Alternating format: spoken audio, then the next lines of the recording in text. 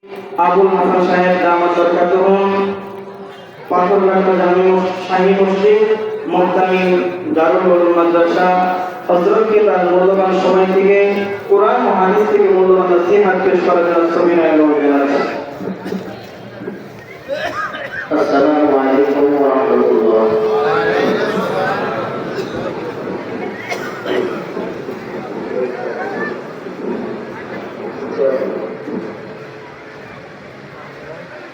আলহামদুলিল্লাহ নাহমাদুহু ওয়া নাস্তাঈনুহু ওয়া নাস্তাগফিরুহু ওয়া নু'মিনু বিহি ওয়া নাতাওয়াক্কালু আলাইহি ওয়া না'উযু বিল্লাহি মিন শুরুরি anfusina wa min sayyi'ati a'malina. من يهده الله فلا مضل له ومن يضلله فلا هادي له ونشهد أن لا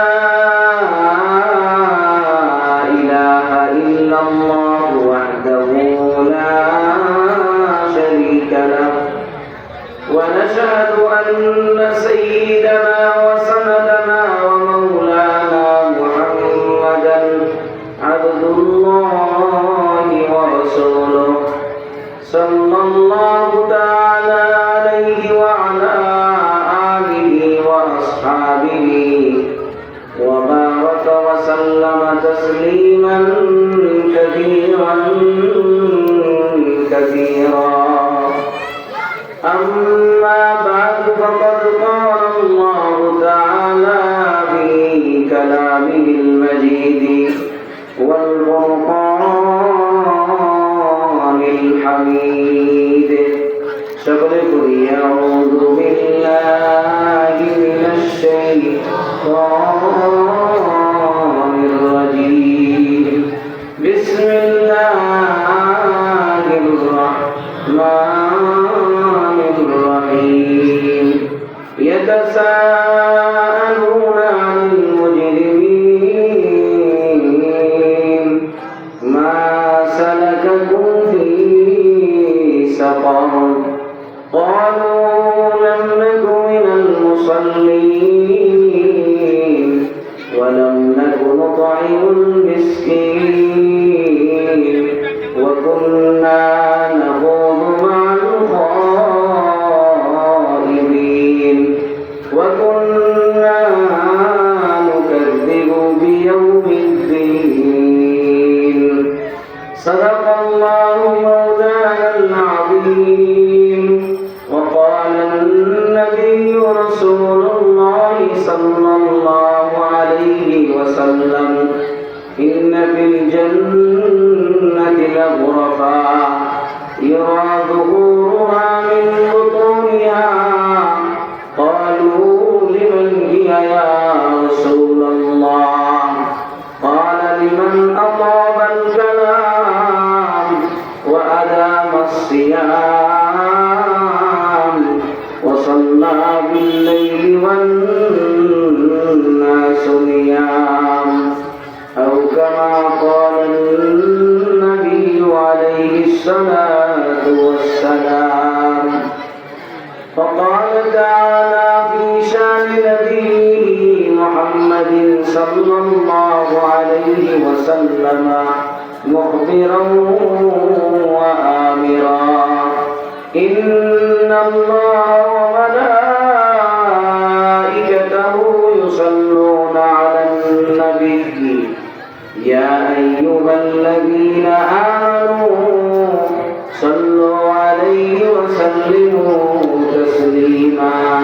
محبت شفيع اللهم صل على محمد وعلى آل محمد كما صليت على إبراهيم وعلى آل إبراهيم إنك حميد مجيد. اللهم بارك على محمد وعلى آل محمد كما باركت على إبراهيم وعلى آل إبراهيم إنك حميد مجيد بلغ العلا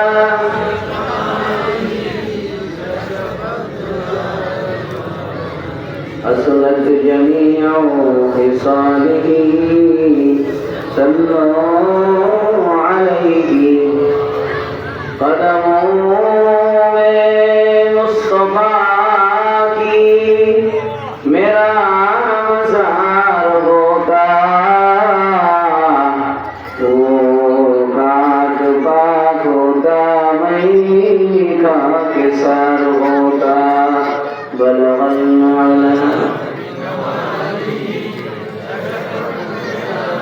बिजमालिही Hasnat जमीअ इसालिही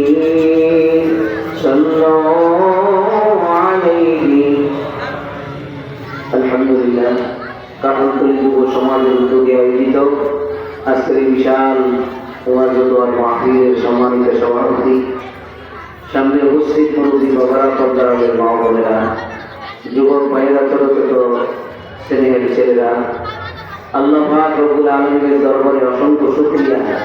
আল্লাহ তাআলা আমাদেরকে আজকের মাহফিলে এসে বসে কোরআন এবং হাদিসের কিছু আলোচনা শোনার এবং করার তৌফিক দান করছেন। এজন্য দিল থেকে শুকরিয়া আদায় করি, আলহামদুলিল্লাহ। আপনারা এতক্ষণ পর্যন্ত মাহফিলে বয়ান শুনতেছিলেন, আপনারা খুশি না বেজার? কোরআন দিয়ে বলে খুশি না? কি বলেন, সবাই খুশি? খুশির আওয়াজটা একটু মহব্বতের সাথে সমস্বরে জোরে হওয়া দরকার। একটু বলি আলহামদুলিল্লাহ। এই যে আমি আলহামদুলিল্লাহ বললাম, আল্লাহ পাকের প্রশংসা করলাম। আল্লাহ রাসূল সাল্লাল্লাহু আলাইহি ওয়াসাল্লাম ইরশাদ করেন, আলহামদুলিল্লাহি তাআলা মা বাইনা সামাওয়াতি ওয়াল আরদ, আসমান আর জমিনের মাঝামাঝি যে ফাঁকা জায়গা আছে, এই ফাঁকা জায়গা নেককার আল্লাহ ভরে দিয়েছেন। সুবহানাল্লাহ বললেন। আল্লাহ তাআলা জান্নাতের মধ্যে একটা গাছ জন্মায় দিয়েছেন, যে গাছের ছায়া 500 বছর পর্যন্ত তেজি ঘোরা দৌড়েও শেষ করতে পারবে। আর জোরে কথা সুবহানাল্লাহ। সুবহানাল্লাহ শব্দের অর্থ হলো পবিত্র। সুবহানাল্লাহ শব্দের অর্থ, আমি আল্লাহ তাআলার পবিত্রতা বর্ণনা করতেছি। সাব্বাহতু সুবহানাল্লাহ, সমস্ত পবিত্রতা কার? জোরে বলতে হবে কার? আমি আল্লাহর পবিত্রতা বর্ণনা করতেছি। আমার আল্লাহ ডাক দিয়ে বলেন, আমার বান্দা তুমি আমাকে পবিত্র বললেও আমি পবিত্র, আর তুমি যদি আমাকে পবিত্র নাও বলো তাও আমি পবিত্র, ঠিক না? আমি সারাদিন আল্লাহ পাকের পবিত্রতা বর্ণনা করলেও আমার মালিকের কিছু আসে যায় না, আর সারাদিন আল্লাহরে গাইলেও কিছু আসে আর যায় না। যায় আল্লাহর কিছু হবে? কিন্তু বান্দা তুমি যখন তোমার নাপাক জবান দিয়া আমারে যখন পবিত্র ঘোষণা করলাম, আর পবিত্রতা ঘোষণা করলাম, বান্দা তুমি সাক্ষী থাকো, হে বান্দা আমি তোমার জীবনের গুনাহগুলো মাফ করে তোমাকে পবিত্র করে দিলাম। লাভনাপতি যেরকম লাভনাপতি। এজন্য পুরো মাহফিলের আলোচনায় যখন সুবহানাল্লাহ দরকার হয়, আলহামদুলিল্লাহ দরকার হয়, চেয়ে দিতে হবে না, নিজের থেকে বলবেন। কারা কারা তৈয়ার নয়? এত তাড়াতাড়ি খুশি হারায় বলে কিছু বলেন আমার কারা কারা তৈয়ার? আল্লাহু আকবার। আল্লাহ সকলকে আমল করার তৌফিক দান করুন, বলেন আমিন। এই যে মাহফিলগুলো হয়, এই মাহফিলগুলোর মধ্যে যেখানে দিনের আলোচনা হয়, হাদিসের মধ্যে আছে বৃষ্টির মতো রহমতের বারিকারা নাযিল হয়, বলেন সুবহানাল্লাহ। قال رسول الله صلى الله عليه وسلم ذكركم الله بنزلت عليهم السكينة। আল্লাহ নবীর হাদিসের একটা অংশ তেলাওয়াত করলাম। নবীজি বলেন, যখন কোন মজলিসের মধ্যে আল্লাহর আলোচনা হয়, দিনের আলোচনা হয়, ওই মজলিসের মধ্যে রহমতের বৃষ্টি আল্লাহ পাক নাযিল করতে থাকেন। যখন মাহফিল করি, ওখানে মাহফিলের বয়ান সাধারণত দেয় 2টা 2:30টার পরে। মাহফিলের মধ্যে গেলাম বয়ান করার জন্য, যখন 9টা বাজে তখন জায়গা থেকে এক অন্ধভক্ত বয়ান করতেছে, সামনে অনেক শ্রোতারা বসে আছে, মানে এক অন্ধকার সামনে নাই, অন্ধকার মতো এমন ভাবে বয়ান করতেছে মনে হয় যেন লক্ষ লক্ষ শ্রোতা তার সামনে দেখে না। মনটা খারাপ হয়ে গেল। টাকা থেকে আসলাম মুন্সিগঞ্জ থেকে, টাকা বাড়ি দিয়ে কত জেলা পাড়ি গিয়ে সেখানে গেলাম মাহফিল করার জন্য, 9টা বাজে কোনো লোক নাই, মনে মনে ভাবতেছি তাহলে মনে হয় মাহফিলের লোক বেশি একটা হবে না। কিন্তু যখন 10টা বাজলো দেখলাম আস্তে আস্তে সিগার খাতার যাত্রা খাতা গায়ে দিয়ে দিয়া মানুষগুলো আসতে শুরু করে দিচ্ছে। বিশাল প্যান্ডেল ঘুরে গেল।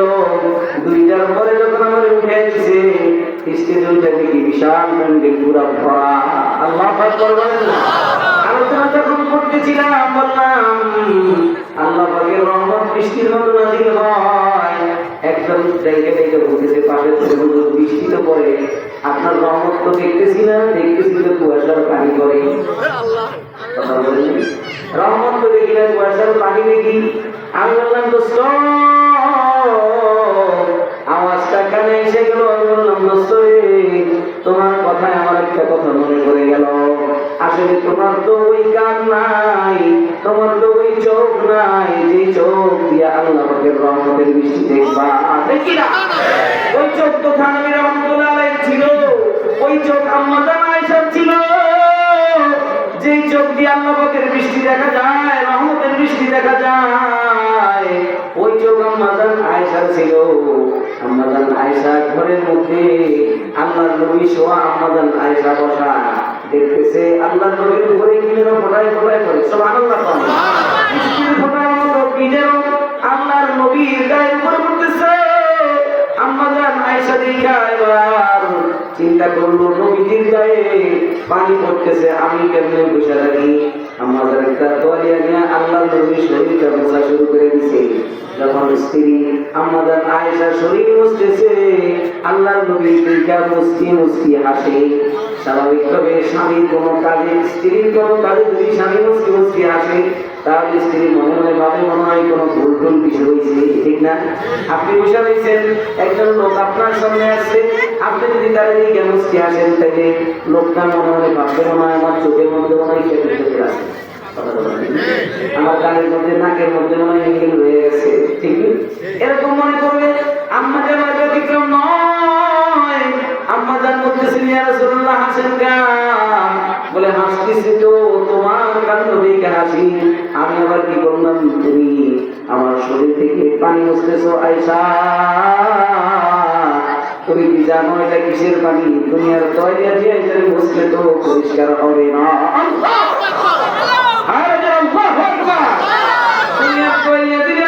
দিয়ে যদি এটা সারাদিন মুছো আয়েশা পরিষ্কার হবে না, পরিষ্কার হবে না। তুমি সারাদিন মুছলেও পরিষ্কার হবে না। এটা দুনিয়ার বৃষ্টির পানি নয়, এটা আল্লাহ পাকের রহমতের বৃষ্টি। এই দোস্ত ওই চোখ তো তোমার মধ্যে নাই যে চোখ আম্মা জান আয়েশার ছিল, ঠিক কিনা বল? ওই চোখ তো আমার মধ্যে নাই যে চোখ ইমাম আবু হানিফার ছিল। যে চোখ ইমাম আবু হানিফা তৈরি করেছে ওই চোখটা আমি তৈরি করতে পারি নাই। ইমাম আবু হানিফার চোখ কেমন ছিল? ও দোস্ত ফাজাইলে আমল করলেই তুমি দেখতে পাবা। ইমাম আবু হানিফা পয়সা পয়সা উজু করে, সামনে দিয়া আরেক ভাইয়ের ওজুর পানি পয়সা পয়সা যাইতেছে। সুবহানাল্লাহ। সামনে দিয়ে আরেক ভাইয়ের ওজুর পানি পয়সা পয়সা যায়। ইমাম আবু হানিফা রাহিমাহুল্লাহ তিনি বলতেছে আমি দেখতেছি এই পানির সাথে মায়ের সাথে বেয়াদবি করলে যে গুনাহ হয় ওই গুনাহগুলো এই পানির সাথে ছেড়ে যাচ্ছে। আল্লাহু আকবার বলেন। এই দোস্ত তার চোখ ছিল। হাদিস শরীফের মধ্যে আল্লাহ রাসূল বলেন ইজা তাওয়াজ্জাল আব্দু ওয়া ক্বালা আল মুমিনু, যখন বান্দা আব্দুল মুসলিম ওয়া ক্বালা আল মুমিন, আল্লাহ রাসূল বলেন যখন মুসলমান বান্দা অথবা মুমিন বান্দা ওযু করে তার হাত দুই পা গাছালা ইয়াদাহু খারাজাত গাদিয়াতুহু মিন ইয়াদিহি বিআদরি কাতরিল মা বিকাতরিল মা। আল্লাহু আকবার বলেন। আল্লাহ রাসূলের সাথ করেন বান্দা যখন ওযু করে হাত ধৌত করে হাতের সাথে যে হাতের দ্বারা যে গুনাহ হয়েছে হাতের পানির সাথে অথবা শেষ ফোঁটার সাথে হাতের গুনাহগুলো ধরে যায়। এই দোস্ত চাহার ধৌত করলে চাহার গুনাহগুলো ধরে যায়, পা ধৌত করলে পায়ের গুনাহগুলো ধরে যায়। ঠিক ওই লোকটা মায়ের সাথে বেয়াদবি করেছে, এখন লোকটা উযু করলো হুজুর পানির সাথে তওবা করার কারণে হুজুর পানির সাথে ওই লোকটার এত বড় গুনাহ তার পানির সাথে ঝরে গেছে। এটা কে দেখছে বলেন, কে দেখছে? ইমামে আবু হানিফা দেখছে। ও দোস্ত, ওই চোখ তো তুমি তৈরি করতে পারো নাই, ওই চোখ আমার আপনার নাই। ওই চোখগুলো তৈরি করার জন্যই তো এই সমস্ত জিনিসের মধ্যে আসতে হয়, ঠিক কিনা বলে? আল্লাহ ওয়ালাদের সহবতে আসবেন, এই ওলামায়ে কেরামের সহবতে আসবেন, কথা শুনবেন, আমলের নিয়তে শুনবেন। যতক্ষণ পর্যন্ত শুনতে থাকবেন আর আমল করতে থাকবেন, আল্লাহ তাআলা ওই ওলামায়ে কেরামের বরকতে ওলামাদের চোখওয়ালা চোখ আমাকে আল্লাহ দিয়ে দিবে, ঠিক কিনা? কারণ মানুষের সাথে যখন সংসর্গ থাকে, মানুষের সাথে যখন সম্পর্ক থাকে, তখন তার একটা প্রভাব তার মধ্যে পড়ে। কথা বলেন ঠিক কিনা? চোরের সাথে থাকলে মানুষ চোর হয়, ভালো মানুষের সাথে চললে মানুষ ভালো হয়ে যায়, ঠিক কিনা? আমার মা প্রায় সময় যখন মাদ্রাসা যাইতাম, যাওয়ার সময় মা পিঠের মধ্যে হাত দিয়ে একটা কথা বলতো, বাবা ভালো মানুষের সাথে চললে খায় বেটার পান, খারাপ মানুষের সাথে চললে কাটা যায় তুই গান, ঠিক কিনা? বাবা সবসময় ভালো ভালো ছাত্রদের সাথে চলবা, তুমি ভালো হইতে পারবা। যদি খারাপ সঙ্গ ধরো বাবা, তাহলে তোমার জীবন নষ্ট হয়ে যাবে। এটা শুধু মানুষের সাথে চললেই শুধু ভালো হয় এটা নয়। আল্লামা শেখ সাদী রাহমাতুল্লাহ এই পরিষ্কার কিতাবের মধ্যে লিখছে, গেলে বুঝবো এদার হাম্মামে রোজে রসিদাল দস্তে মাহবুবে বদস্তান বদগুপ্তান কে মিশকিয়া দিবি কে আজবুয়ে কালামি যে তোস্তান বদস্তামান গেলে না চিজ বুলাম ওয়ালাকিন মুদ্দাতে বাগুল নশস্তান জামালে হাম নশিদার মানা দরবার ওয়াগার নামান হুমা কাদম কে হাসান। আল্লাহু আকবার। এই মুসলমান শেখ সাদী রাহমাতুল্লাহি আলাইহি মারিফাতের ভান্ডারওয়ালা ছিলেন। আল্লাহু আকবার বলেন। আল্লামা শেখ সাদী একদিন গোসলখানার মধ্যে গোসল করতেছে, তার হাতের মধ্যে মাটি, এক মুষ্টি মাটি আসলো। মাটি থেকে এত সুন্দর গান, এত সুন্দর গান, জীবনে কোনোদিন এত সুন্দর গান তিনি পান নাই। মাটি থেকে আপনাদের কাঁঠাল করে মাটি থেকে কি গান করে নাকি? কথা, মাটি থেকে গান করে? মাটি থেকে গান করে না, মাটি থেকে এক ধরনের গন্ধ আসে। কিন্তু ওই শেখ সাদীর হাতের মাটি থেকে এমন সুন্দর গান, মাটিকে জিজ্ঞাসা করতেছে, মাটি তুই তো সাধারণ মাটি, তোর মধ্যে এত সুন্দর গান কেন? আল্লাহু আকবার। তোর মধ্যে এত সুন্দর গান কেন? মাটির জবান খুলে গেছে। মাটি ডাক দিয়ে বলতেছে, আল্লাহর বান্দা শোনো, তুমি দেখতেছো মাটি, আমিও মাটি, আসলেই আমি মাটি, আমার মধ্যে কোনো গান নাই, আমার মধ্যে কোনো গ্রাম থাকার কথাও না। কিন্তু আমি কিছুদিন ফুল বাগানের স্পর্শে ছিলাম, একটা ফুল গাছের নিচে ছিলাম, ফুল গাছের পাপড়িগুলো আমার উপরে পড়তো। সুবহানাল্লাহ। ফুল গাছের পাপড়িগুলো আমার উপরে পড়তো, ওই পাপড়ির গান আমার মধ্যে এসে অ্যাকশন করে ফেলাইছে। আল্লাহু আকবার। ওই ফুল গাছের পাপড়ি আমার মধ্যে অ্যাকশন করেছে, যার কারণে এখন আমি মাটি থেকে সুন্দর গ্রাম বের হচ্ছে। অথচ মাটি থেকে যদি ফুলের বাগানের সাথে থাকার কারণে যদি মাটি থেকে গ্রাম আসতে পারে, তুমি আর আমি যদি ওলামায়ে গ্রামের সাথে থাকি, ওলামাদের সাথে জান্নাত আল্লাহ কি দিবে না? দিবে কি না? এই জন্য আসল ওলামায়ে গ্রামের সহবতে সব সময় থাকবো ইনশাআল্লাহ। বলে ওলামায়ে গ্রামের সহবতে সব সময় থাকবো ইনশাআল্লাহ। খানা খাবো ওলামায়ে গ্রামের পরামর্শে, কথা বলেন ঠিক কিনা? নামাজ পড়বো ওলামায়ে গ্রামদের থেকে দেখিয়া, রোজা রাখবো ওলামায়ে গ্রাম থেকে মাসালা জানিয়া, তবে তাবলীগ কিন্তু আমাদের থেকে জানিয়ে জানবো না, করবো না, ঠিক না? কথা বলেন। তাবলীগ করবো না নাকি? না, কিছু লোককে বাইরে গেছে, তাবলীগ করবে না ওলামায়ে গ্রাম থেকে। আল্লাহ তাআলা সহিহ বুঝদান করুক, জোরে কোন আমিন, আরো জোরে কোন আমিন। এ দোস্ত, যে আয়াতটা আমি আপনাদের সামনে তেলাওয়াত করেছি, আমার আল্লাহ কোরআনের মধ্যে বলেন, ইয়াতাসাআলুনা আনিল মুজরিমিন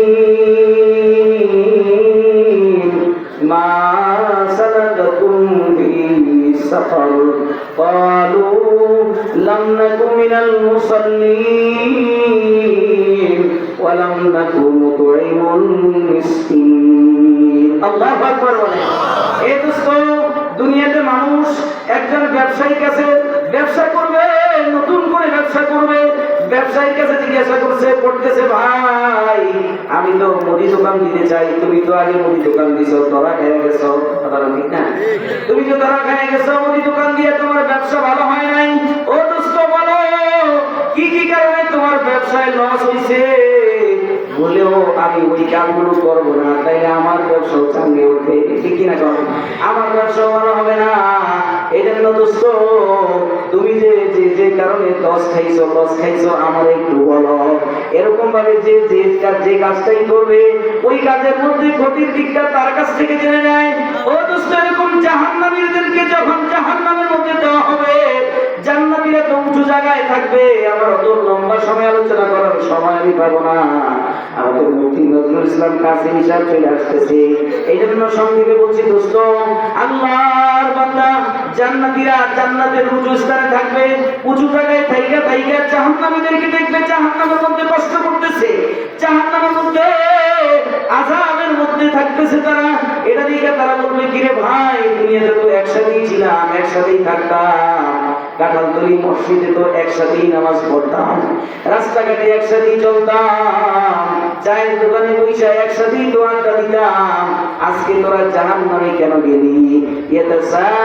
ইয়াতাসাআলুনা আনিল মুজরিমিন, মুজরিমদেরকে, অপরাধীদেরকে, জাহান্নামীদেরকে জিজ্ঞাসা করবো, জাহান্নামী ভাই, একসাথেই তো দুনিয়াতে ছিলাম, একসাথেই তো চলতাম, একসাথেই তো ফিরতাম। ও আমার মা বোনেরা, জায়নামাজের মুসল্লা বিছাইয়া অল্প সময় একটু কথাগুলো শোনো মা। আমলের নিয়তে কয়েকটা কথা শোনো, কয়েকটা কথা একটু আমলের নিয়তে শোনো, যাতে করে আমার জীবনটা পরিবর্তন হয়ে যায়। এ মা জাহান্নামীদেরকে ডেকে জিজ্ঞাসা করবে, হে জাহান্নামী ভাই, কেন জাহান্নামের মধ্যে আসছ? এবার জাহান্নামী জবাব দিবে, চারটা কারণ আমি জাহান্নামে আসছি। কয়টা কারণ? যেরকম কয়টা? আমি এই কারণগুলো আপনাদেরকে বিশ্লেষণ করবো, ব্যাখ্যা করবো, আলোচনা করবো। যে হাদিসটা বলেছি, হাদিসের মধ্যে কয়েকটা আমলের কথা আছে, আমলের কথাগুলো বলবো। যে চারটা কারণে মানুষ জাহান্নামে যায়, জাহান্নামী নিজে স্বীকার করছে, জাহান্নামী নিজে স্বীকার করেছে। এই কাজগুলো যদি আমরা না করি, তাহলে আমরাও জাহান্নাম থেকে বাঁচতে বাঁচতে। আজকে আমাদের মাহফিলে আসার উদ্দেশ্য তো এটাই যে আমরা জাহান্নাম থেকে বাঁচি, জান্নাত পেয়ে যাই, ঠিক কি না? জান্নাত পেয়ে যাই আর জাহান্নাম থেকে বাঁচি। এজন্যই জাহান্নাম থেকে বাঁচার জন্য চারটা আমলের কথা, চারটা কাজের কথা বলা যায়। আমার আল্লাহ বলেন, জান্নাতীরা যখন জাহান্নামীদেরকে জিজ্ঞাসা করবে, কেন গেছো জাহান্নামে? এবার জাহান্নামী ডাক দিয়ে বলবে, মা সালাকাকুম ফি সাকার? ক্বালু লাম নাকু মিনাল মুসাল্লিন।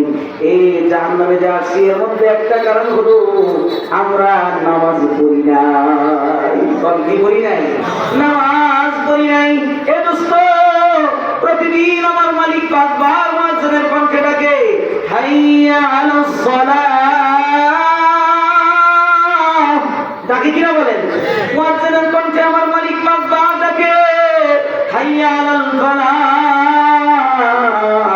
আমার বান্দা, যদি তুমি সফলতা চাও, তাহলে মসজিদের দিকে দৌড়ে আসো, মসজিদের দিকে দৌড়ে আসো, নামাজের দিকে দৌড়ে আসো, সফলতার দিকে দৌড়ে আসো। মুয়াজ্জিনের কণ্ঠে মালিক বারবার মুয়াজ্জিনের কণ্ঠে ডাকতে থাকে, দৈনিক 5 বার ডাকে, কিন্তু আমি মালিকের ডাকে সাড়া দিতে পারি না। আমি মালিকের ডাকে সাড়া দিয়া মসজিদে যাবো, এটা আমার কখনো হয় না। এই জন্য জাহান্নামী বলে, ও ভাই, দুনিয়াতে একসাথেই থাকতাম, একসাথেই বৈশা চার দোকানে বৈশা চা খাইতাম, কিন্তু যখন মুয়াজ্জিনের আযান কানে আসতো, তুমি তো মসজিদের দিকে চলে যাইতা, নামাজ পড়তা, আমি মসজিদে যাই নাই, যার কারণে আমার মালিক আজ আমার জাহান্নামে দিয়ে দিছি। এবার সবাই নিয়ত করেন, আমি 5 ওয়াক্ত নামাজ পড়বো ইনশাআল্লাহ। কারা কারা নিয়ত করেছেন? আল্লাহু আকবার। আল্লাহকে দেখান, বলেন আল্লাহ, বলেন আপনারা এভাবে না বলেন আল্লাহ। আমরা নিয়ত করলাম, জীবনে কোনোদিন নামাজ ছাড়বো না, জীবনে কোনোদিন নামাজ ছাড়বো না।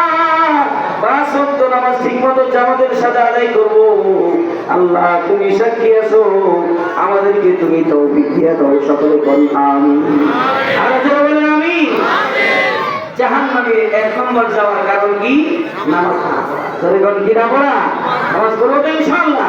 2 নম্বর কারণ ক্বালু লাম নাকু মিনাল মুসাল্লিন ওয়া লাম নাকু নুতঈমুল মিসকিন।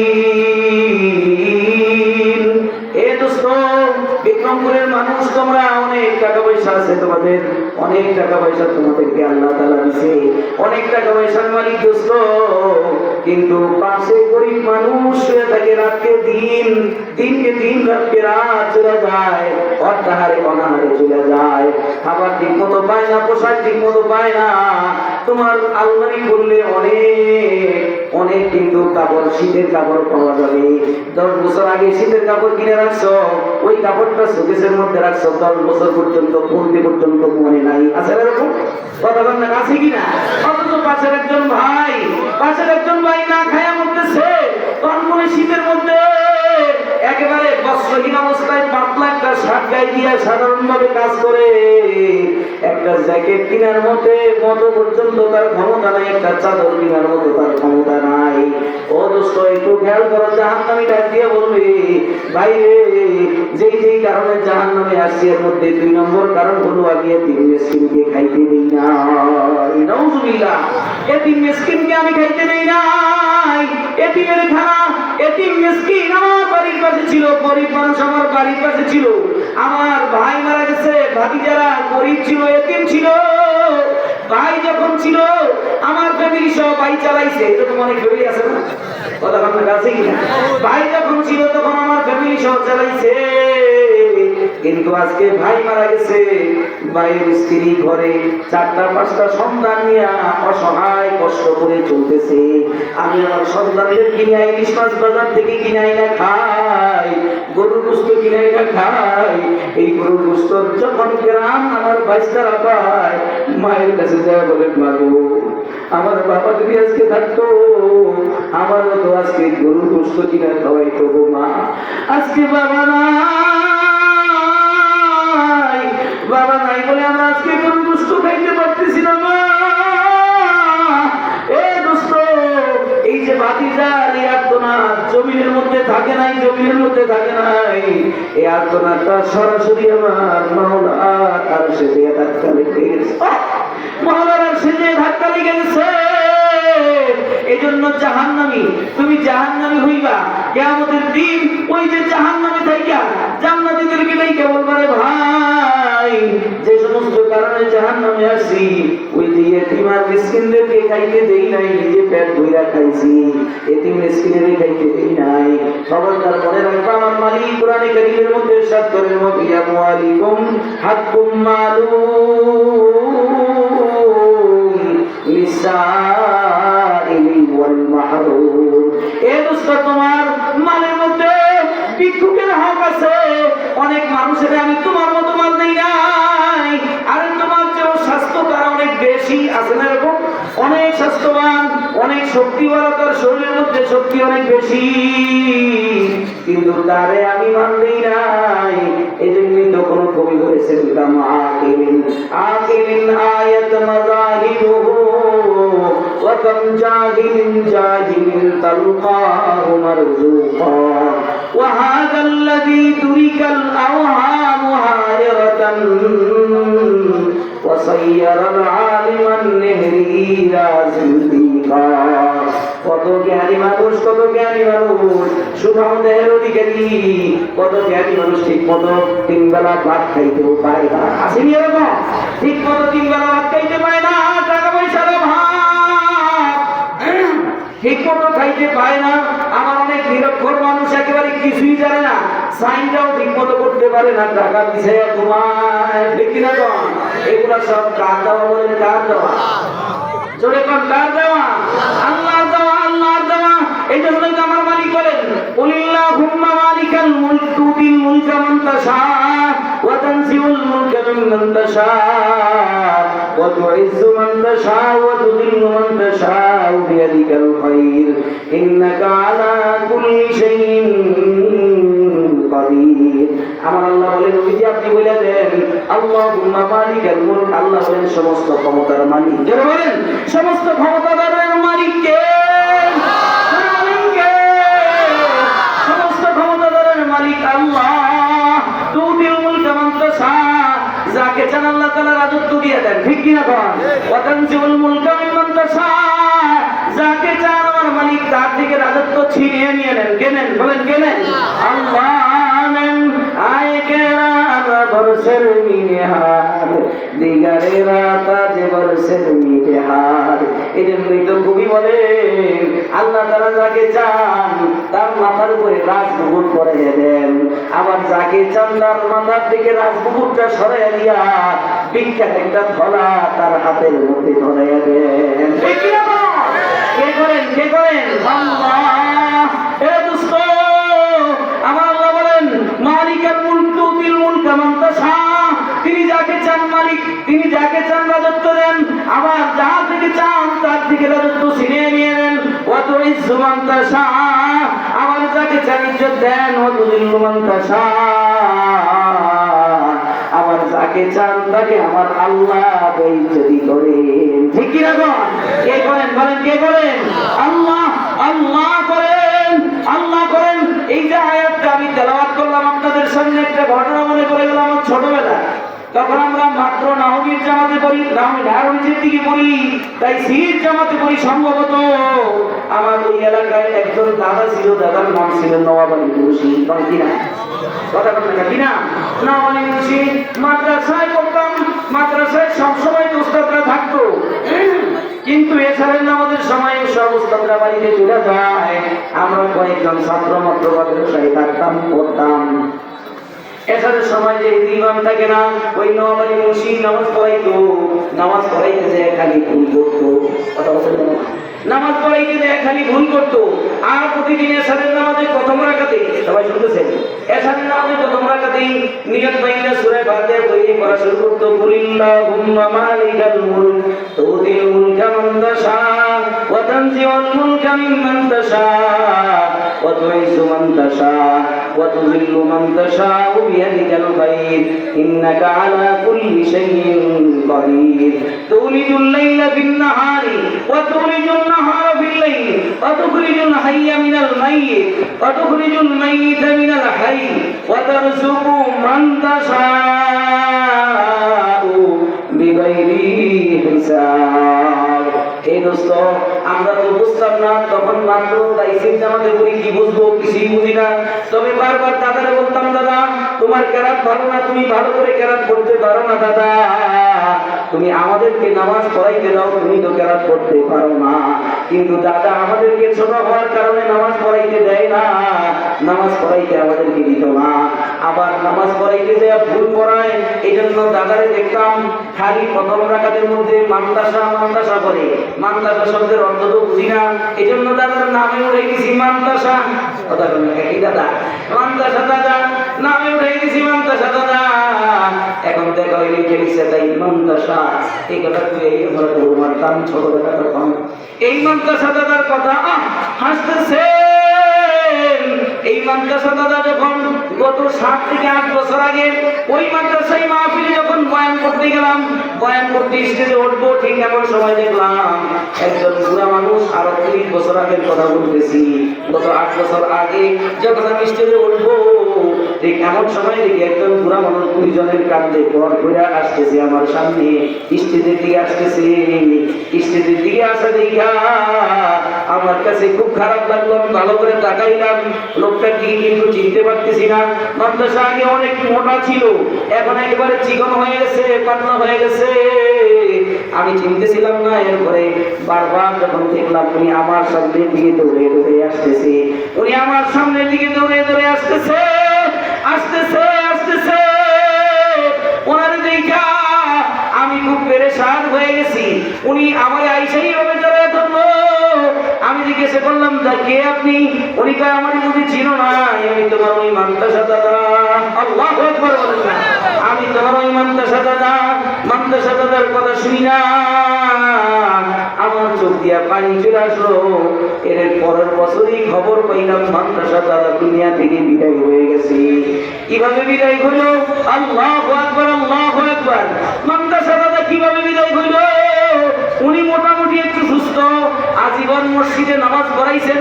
দাওয়াতে তাবলীগের মানুষ আসলে, তাবলীগের মানুষ যদি আসতো, সব সময় তাবলীগের খেদমত করতো, মেহনত করতো, উনি খেদমত করতো, সাথীদেরকে খানা খাওয়াইতো।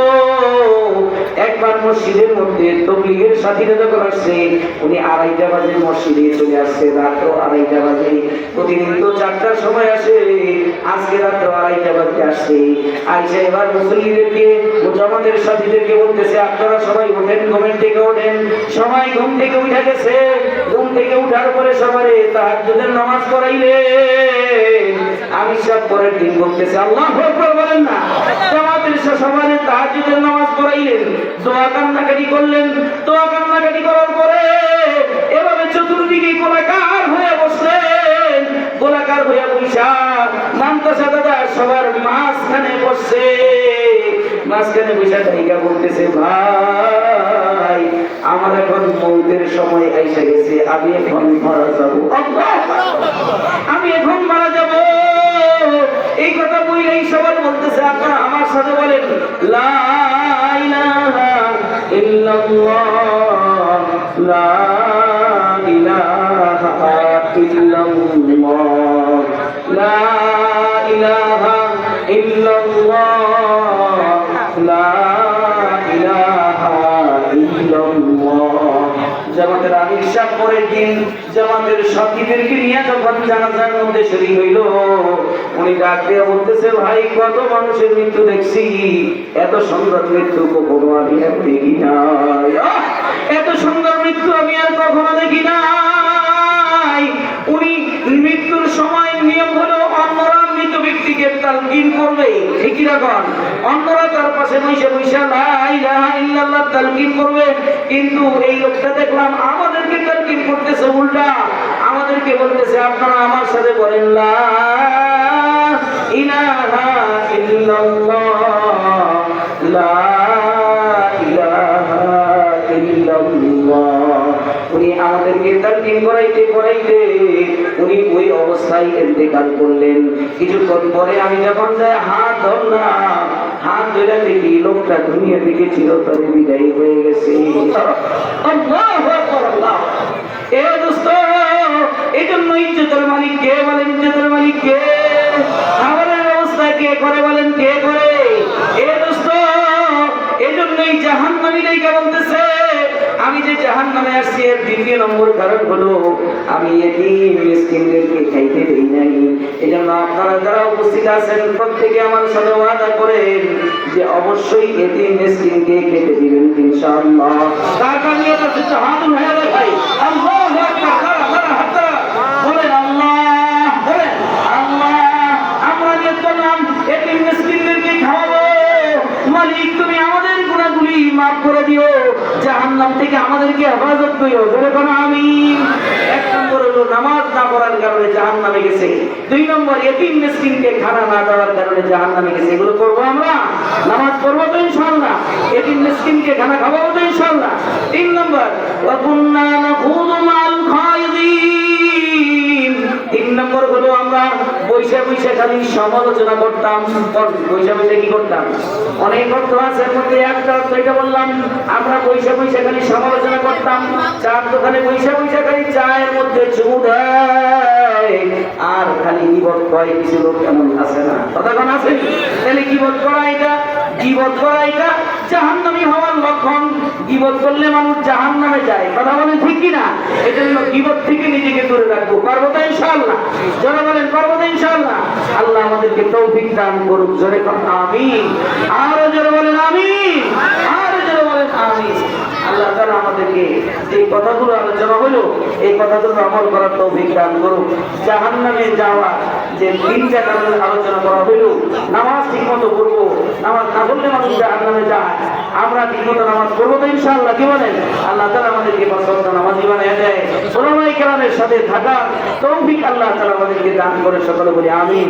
ওয়া আখিরু দাওয়ানা আলহামদুলিল্লাহি রাব্বিল আলামিন।